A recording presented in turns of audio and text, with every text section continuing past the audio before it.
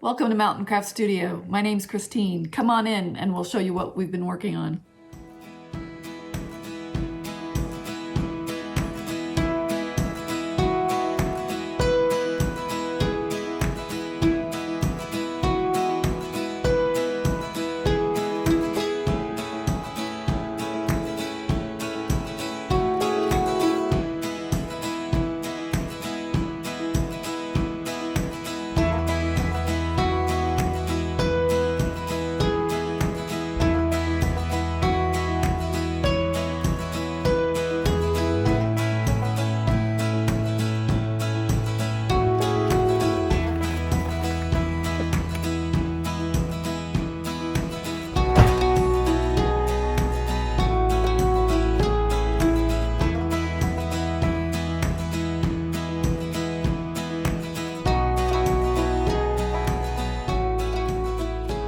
Okay, well, as you can see, I have a new friend here in the studio.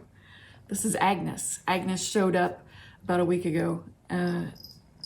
She was laying outside the studio doors, looked to be very, very sickly, and I guess she lives here now. She's been to the vet. She has a sinus infection we're trying to get cleared up, and some other intestinal issues that are going on. Probably because she's gone from starving to real food again, so it's going to take her a while to get adjusted to that. But if you have, you might hear meowing, or you might see her crawling across the table. She's very, very, very affectionate, so she loves to be held all the time. And I'm not sure how this is going to work out filming out here. I'm not sure she's going to want to be up in my lap or what's going on. She's stepping in her food. Great. It's been an adventure.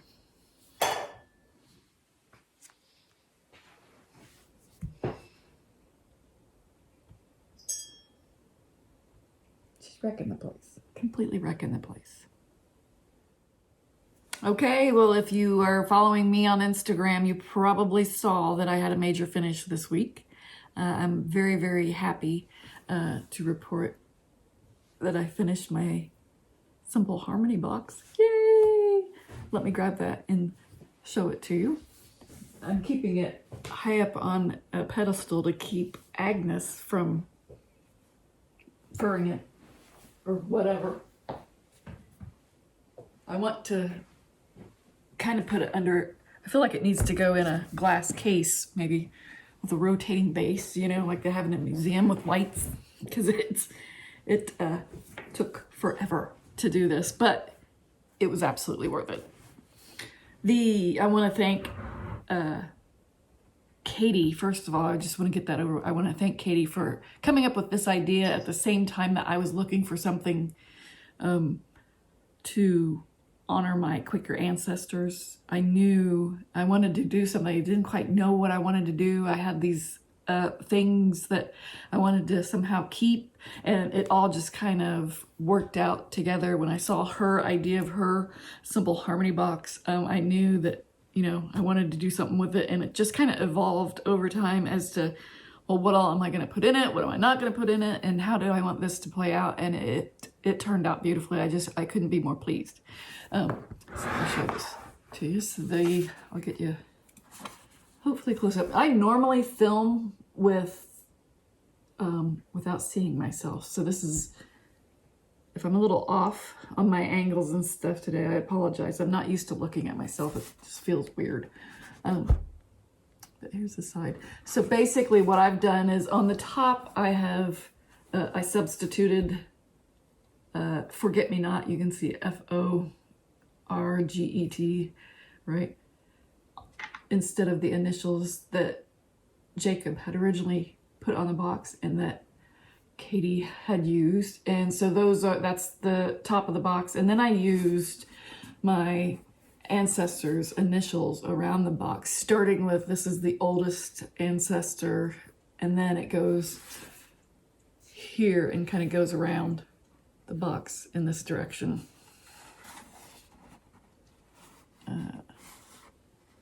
And so I was able to fit 11, and I actually have room for more, and a plan to add more if I ever need to. 11 generations, so that worked out well. That doesn't include me, because this is actually my father's mother's line, and so it's all the women in that line, all the mothers and daughters, as far back as I could trace them. So obviously in the back now I have the date, and these are my initials here. I love how this turned out. I love my trim. I love the trim. I found a vintage trim off of Etsy, and I literally had exactly the right amount. And actually underneath one of the hinges, there's a little tiny space missing, which you can't see because it's under the hinge, but I barely had enough. But I was bound to determine that's the trim I wanted to use. So the feet on the outside also, because this is gonna hold correspondence, I thought I would give a little nod to J.K. Rowling and Hedwig, my favorite little character on Harry Potter. And so the feet are owls that are holding the box up, which I thought was super cute. And then the inside is where I really deviated from the plan. So this, I have lined, instead of silk, I used a velvet type lining. Oh, Agnes is coming to see. Anyway, a velvet type lining because number one, it's easier to put in than that. And then number two, if you watched previous episodes, this is the actual box that was my ancestors. And on the outside, there's no, I mean, it just looks like regular cloth, a really dirty, nasty regular cloth. But what it actually is the same kind of velveteen fabric. So I wanted it to kind of give a nod to that. You can see right here, maybe that's where the velvet part, that was the only part left. It looks like velvet. Anyway, so that kind of harkens back to that. I used a marbled paper. Trying to think of where I got it. It wasn't through Hollanders. It may have been on Etsy. I'm not sure. You can see more of it here, but it's a gorgeous handmade paper. I want to say it was Italian. The inside, I chose to make a pull-out panel. This will eventually, right now these are both just sitting in here because I have a feeling there may be changes. Research for genealogy never really ends. It's always ongoing, and if I want to change the names, I can do it easily and replace this. But eventually this will have a hinge and will be at the bottom and will be a permanent piece. I guess I should, before I talk about the names, I should explain this. This is actually a motif from, I think the Stitchy Box has a book with Quaker motifs. I want to say it's the Ackworth.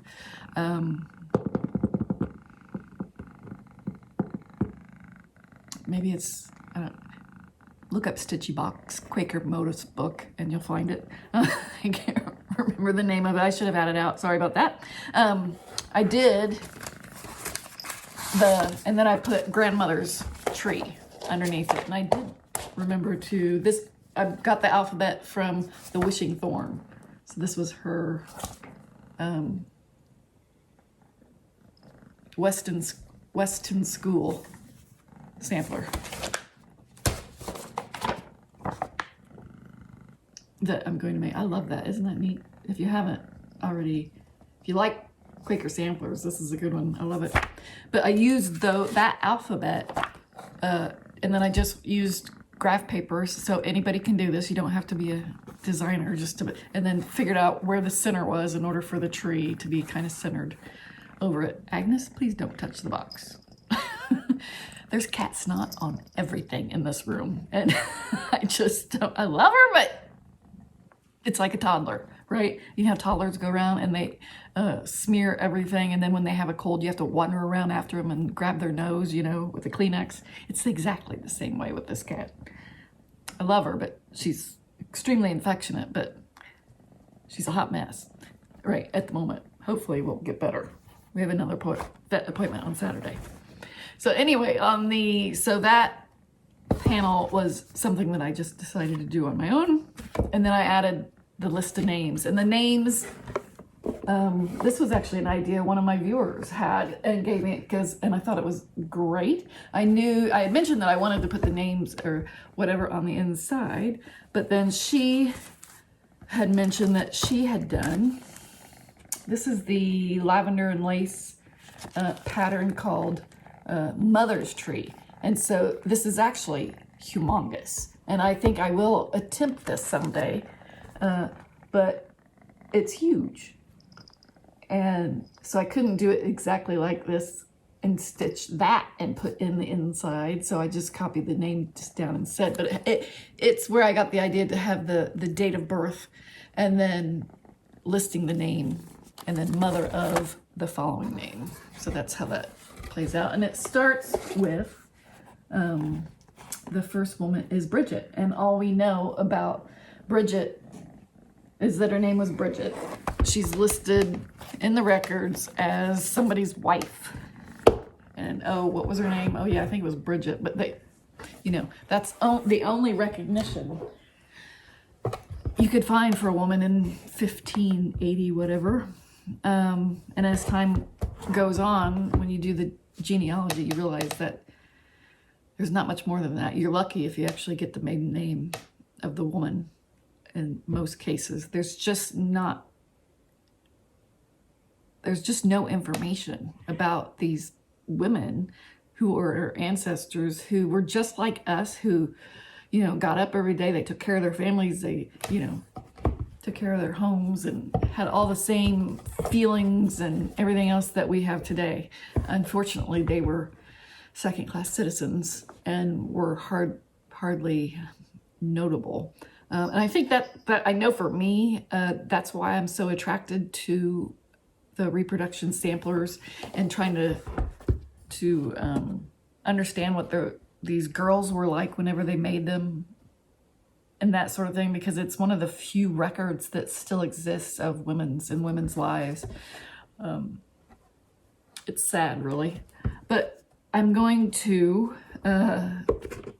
this winter probably, I'm going to take a break now I have this finished, but I'm going to make a booklet, or an actual book that will also be stuck inside of here that'll close. And I'm going to put whatever information I can find about each of these women, and including, you know, all of their children and that sort of thing, and how, you know, how many children they had and yada yada. Whatever I can find, whatever information, and there's never a lot, but whatever I can, I'm going to document and put in here, because there are some stories that you can find, like Bridget, I know, married a man who was a weaver, and that's what they first came to the Plymouth colony, because he was a weaver, and obviously we needed to produce clothing here in America. And so unfortunately he was a bit of a lout, and she at some point threw him out. You can find, it's amazing how much information is still available of the original colonies. Luckily somebody wrote something down, and the legal records are still available. And so evidently he had, for those who don't know, at the beginning of the Plymouth colony, it was everybody pooled the resources, and so everything was kind of equal. It was a religious colony, really, is what you, when you think of Shakers or anybody else, that's basically what it was. And so since he was, I think, a drinker from the way it sounds, and was not doing what needed to be done in that society, she threw him out. And then there was a record of her son-in-law paying for his housing, or who knows what, I'm not sure what it was, but then the town actually reimbursed him, and the way it's listed in there is you could see them rolling their eyes that they had to take care of this guy's family. But anyway, so there are a few fun things like that you can add in there that, you know, gives you little tiny glimpses of what their lives might have been like. The other thing that I really loved about doing this project was I went back and did a lot more research on each one of the women, what I could, just to see if there was a little bit of information out there. And I was able to discover that one of the women, Mary Sears, her line actually goes back to the Mayflower. And so I am, surprisingly, I still can't hardly believe it, I am the descendant of the William Brewster, who was the basically the Pied Piper of the Pilgrims. He was the church elder and spiritual leader for when they came over here, which means that his wife, because I'm always more interested in the women, was one of 4 women who survived that first winter, and she was one of them that cooked the first Thanksgiving meal that included all of the colonists that were here and still alive, and 90 indigenous people that came for the first Thanksgiving. And, you know, you got to take your hat off to her like that. Here she had barely survived herself, and she's, you know, cooking dinner for hundreds of people. Anyway, I found that amusing. So my kids are going to get a history lesson at Thanksgiving this year, that's for sure. We're going to do a little appreciating of our ancestors and what all they did. So so that was fun. I'm glad I did it. It was a good learning experience. I would highly recommend that if you want to try this. This project might seem overwhelming. It is. There's a lot to this. It took a long time to stitch, and it takes a while to do the gluing and all that kind of stuff, just because you can only glue one side at a time and that sort of thing. But it was totally worth it. I would recommend, if you want to try it on something smaller. Do it. There's all kinds of little boxes that you can find at the craft stores and things like that. So pick one up. Take something that you've stitched maybe in the past, or something that's not precious to you, and give it a try. Because the one thing I will say, even if you are working on this one, don't be afraid. The glue that is used is water soluble, and I actually tried gluing a different paper backing on first, thinking that's what I wanted, and it was a darker color, and I hated it. And I'd glued it on one small piece to see it, and I was like, no, that's not what I want to do. And so then I just took it and rinsed it, and it came right out. The glue came right out, and I just dried it and blocked it and went ahead and did my thing. There's nothing to be afraid of. You cannot tell that I did that I did it with the back, and there's no way that you can tell that that's any different than the rest of it. So don't be afraid to try it. It is, it will not ruin your stitched piece. And I think you'll be amazed with what happens. And when it becomes a multi-dimensional object, it's this, I love it. I'm going to show it off one more time.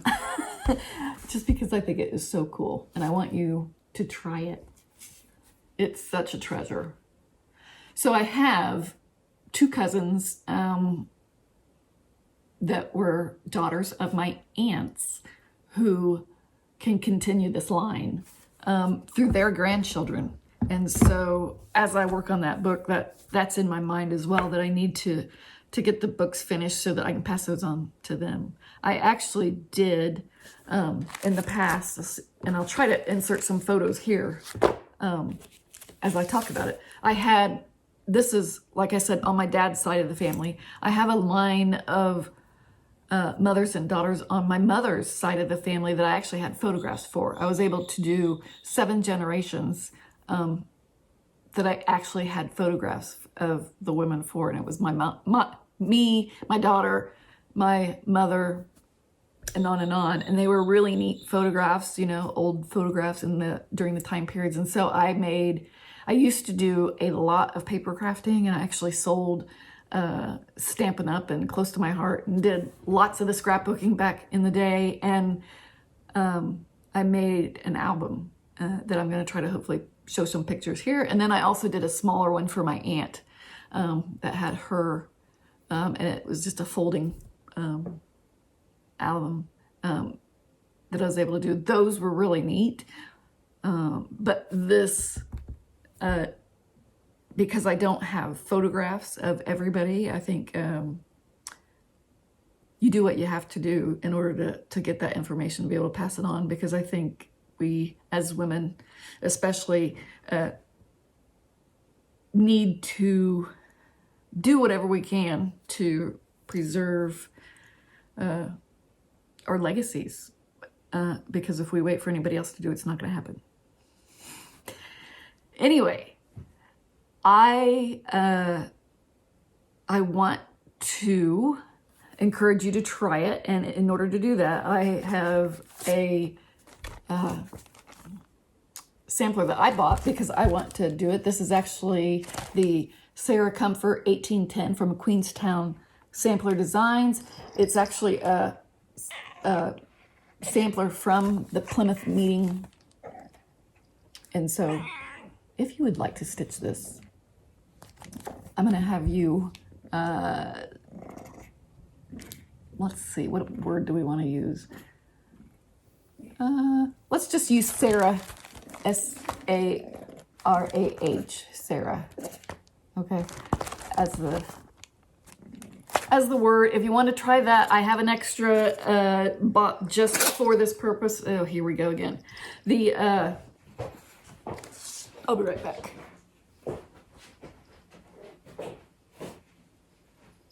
Good grief. Agnes.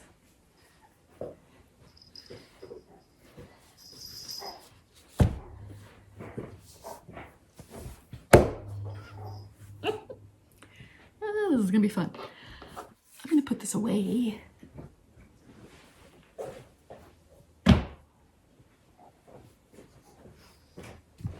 Okay.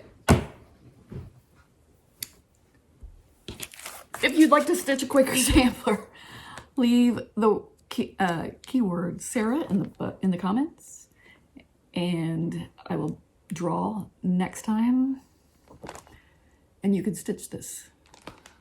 You can stitch it with me.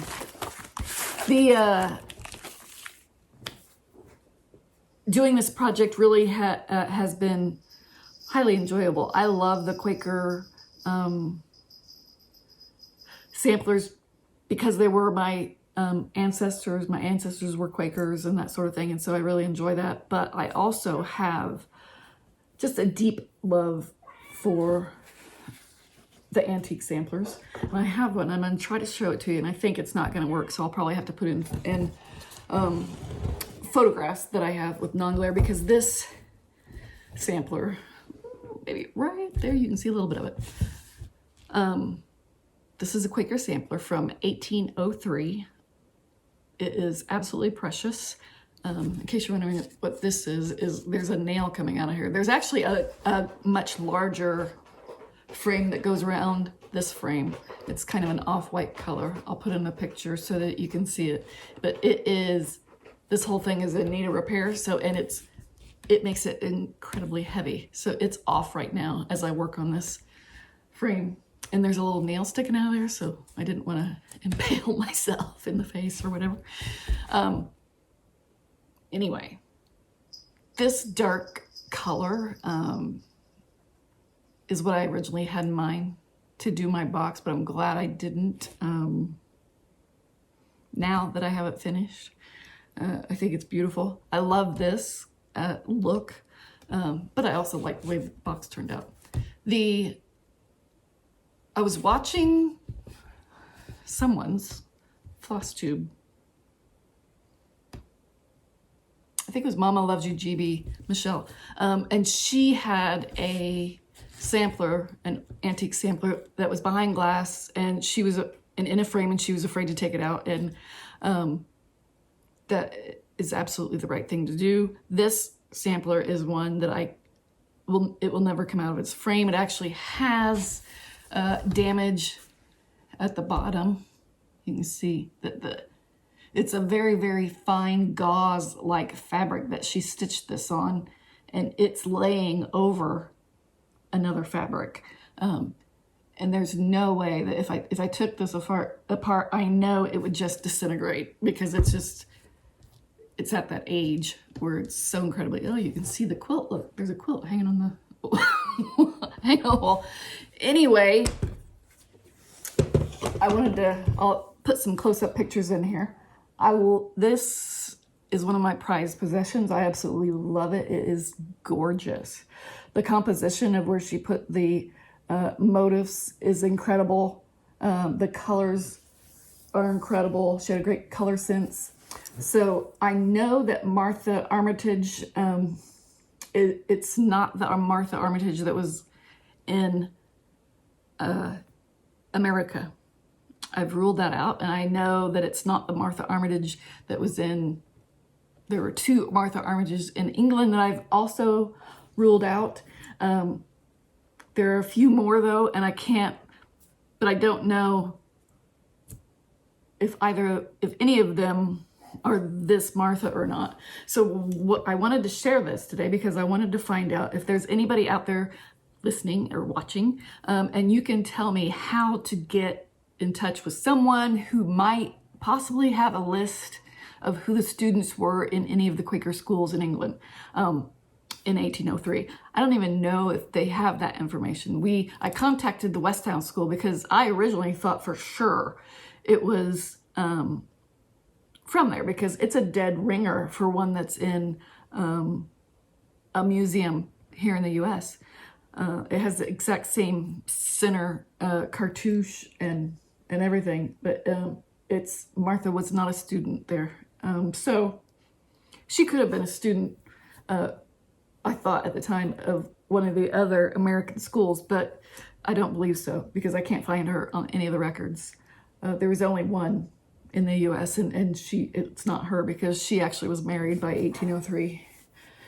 So if there's anyone out there that can lead me to talk to someone or tell me exactly where to go to look up information regarding the Quaker schools in England, I would really, really appreciate it, because I'd love to be able to try just a little bit more tracking to figure out who she is, because someday, I'm not going to jump on it right away, but someday I will chart this, and I need to do it soon before that bottom motif disappears. But someday I'd like to be able to have that information in order to share that when I share the chart. Anyway, just a little bit. That's what I've been working on. For the most part, I have a few other things. First, last time I said that I would share the Little Birds sampler with anybody who wanted it, because I clearly like it a lot and bought it twice. And I did the drawing, and the name is Nancy Marsh. So Nancy, if you can get in touch with me, send me a private message on Instagram or leave a message below where I can reach you, and I will get this mailed out to you as soon as possible. Thank you. It's Sampler September. So I've gone back to, it was funny. So when I finished the box, my husband was like, well, now what are you going to do? Like, that's all you've done for ages. What are you going to do now with all your free time? I have no idea.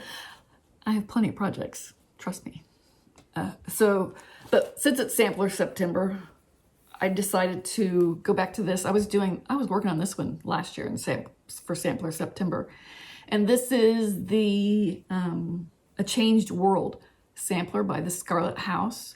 And so I've done this much and then started down here and then did some more of the lines going down on here. I have decided I'm not going to do the black text box here. I'm just going to take that whole row out and move this up underneath the houses. Because if I do that, I think it will look a lot like my vintage samplers. The fabric that I'm doing this on is a looser weave, I think, even than what she had called for, but that's all that was available at the time. It's Fox and Rabbit baked clay, and I love it because I'm using the 103 silks, and it's giving me that look of the vintage stitching that I absolutely love. And I just remembered I was going to show you something I forgot. I'll have to get it here in a minute. But anyway, so I'm really enjoying that. I'm hoping to get this, my goal is to get this finished by the end of the month. We'll see. Depends on how much help I get from Agnes.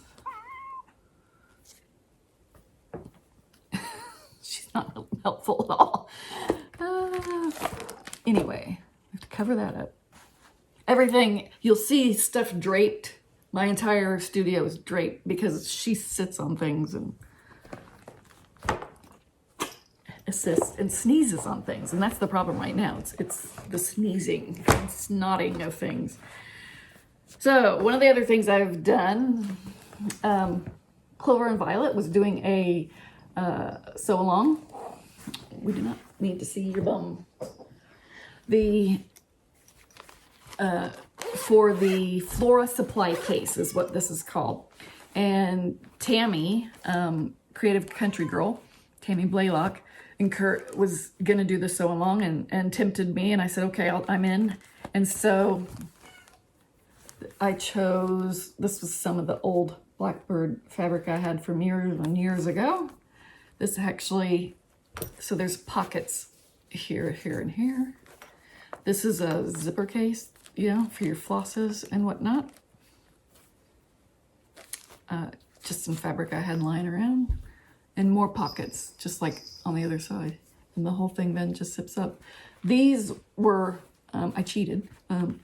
These were leftover blocks from my Joe Morton quilt called, the S'mores quilt. I'll put it in here. You can see where these blocks came from. So I just sewed all the blocks together and then made that my exterior. And this is holding my Coming to America pattern. When I found out that Mary Brewster was an ancestor, I got online to the Unicorns Chart Facebook group, and I was able to track this down because I'm gonna have to do it. So I kitted it up, and that's what's in this little bag. That was a fun project. I will definitely do another one. The zipper is tricky. I will admit the zipper is tricky, and she has another one. I can't remember the name. I've got the pattern over there that doesn't have a zipper, and it just kind of has a elastic thing that holds it together. I'm going to try that next because I think that might be something I would like to make several of. Put that back over here.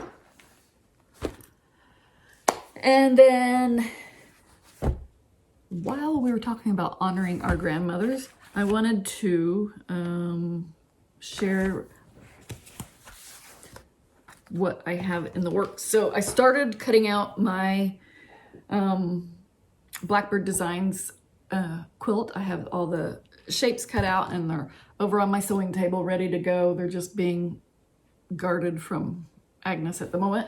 But I will, now that I have things kind of settled down, once Agnes settles down, I'll start sewing that, and that should go together fairly quickly. In the meantime, I purchased the Scrappiness is Happiness book from Lori Holt, and there's and I also purchased, not that I needed any fabric, but I also purchased her quarter of the, whatever these were, Prairie. Her Prairie line of fabrics because they're gorgeous and I love them. And I will mix those with some of my previous Lori Holt fabrics and some other 30s fabrics to make a quilt. And I had originally planned to make this one, but there's a quilt inside of this book. Let me grab it really quick. That looks almost identical to a quilt that I have that was my grandmother's. It is the grandmother who is listed on the box. And I want to reproduce that quilt. Hopefully I can find it, but I thought I had it marked. Clearly, Agnes removed it. Anyway, I have this quilt that my family has had for years and years and years, and it was the quilt that we used whenever we would go for a picnic at the park. You know, 4th of July, we'd go watch fireworks, and it was the quilt that would be taken along, and it was just used for everything, and it has exceeded its life expectancy. I've kept it all these years because it's a really cool example of long arm quilting, believe it or not, even though it's way back from the 30s. Ta-da! Holy moly. Okay.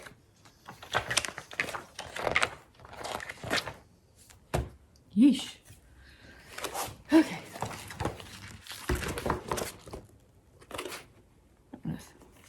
So this is the quilt that I want to make, and I will show you the quilt from my childhood, and you'll understand why. So it's very similar. The layout is exactly the same. The number of blocks is very similar, but it was done with the trip around the world layout.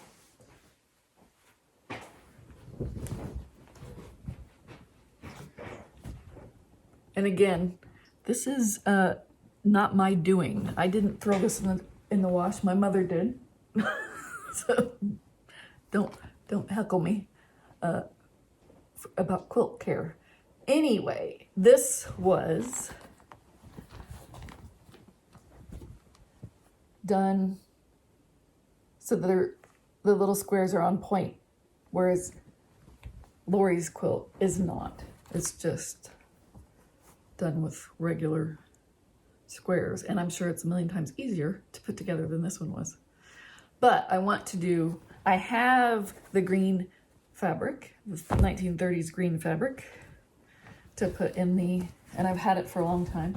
This has been planned for ages, but I want to show you the back. So back in the day, we always think, oh, grandmas, they all hand quilted their quilts and whatnot. But you know what, like I was talking about earlier, they were just like us. They were looking for ways to get more done, right, in a day. And they didn't always have time to sit and make a quilt for each and every person in their family and that sort of thing by hand.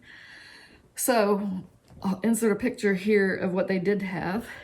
And this is one of the reasons I became a long arm quilter. If you look at this closely, hopefully the light will cooperate with me. See, there we go.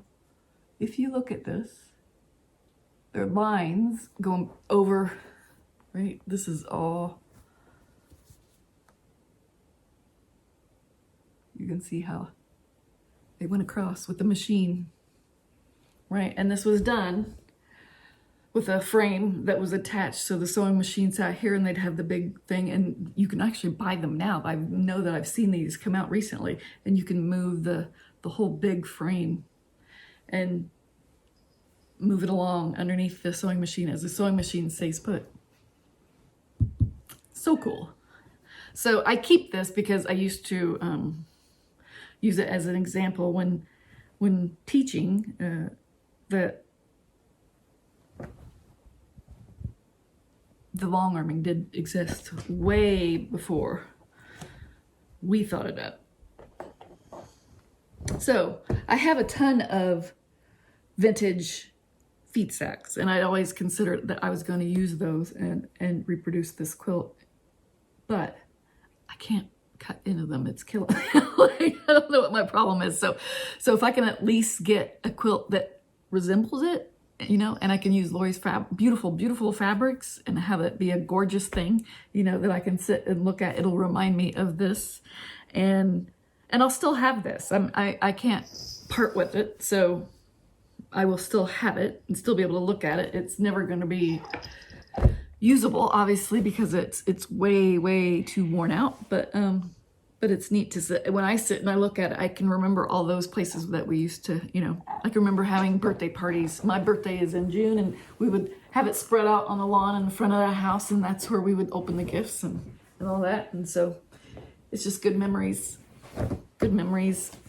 Let's see. So that's going to be my next, I think, my next quilt after the Blackbird.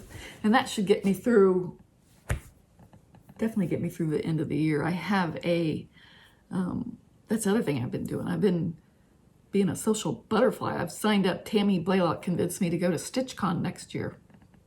So I signed up, hopefully, for weekend one of StitchCon for next year. We'll find out for sure here soon.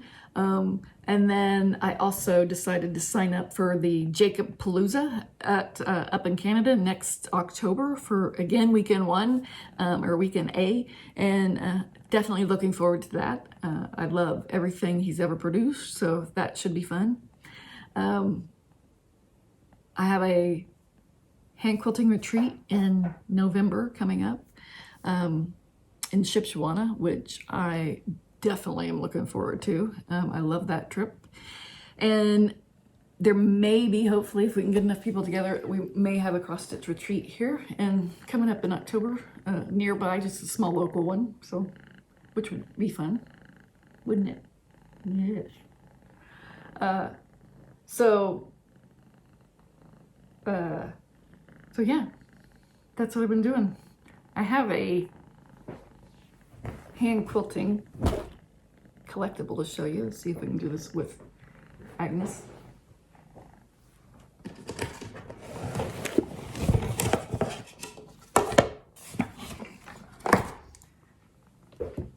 So I keep this box in the house, in the living room.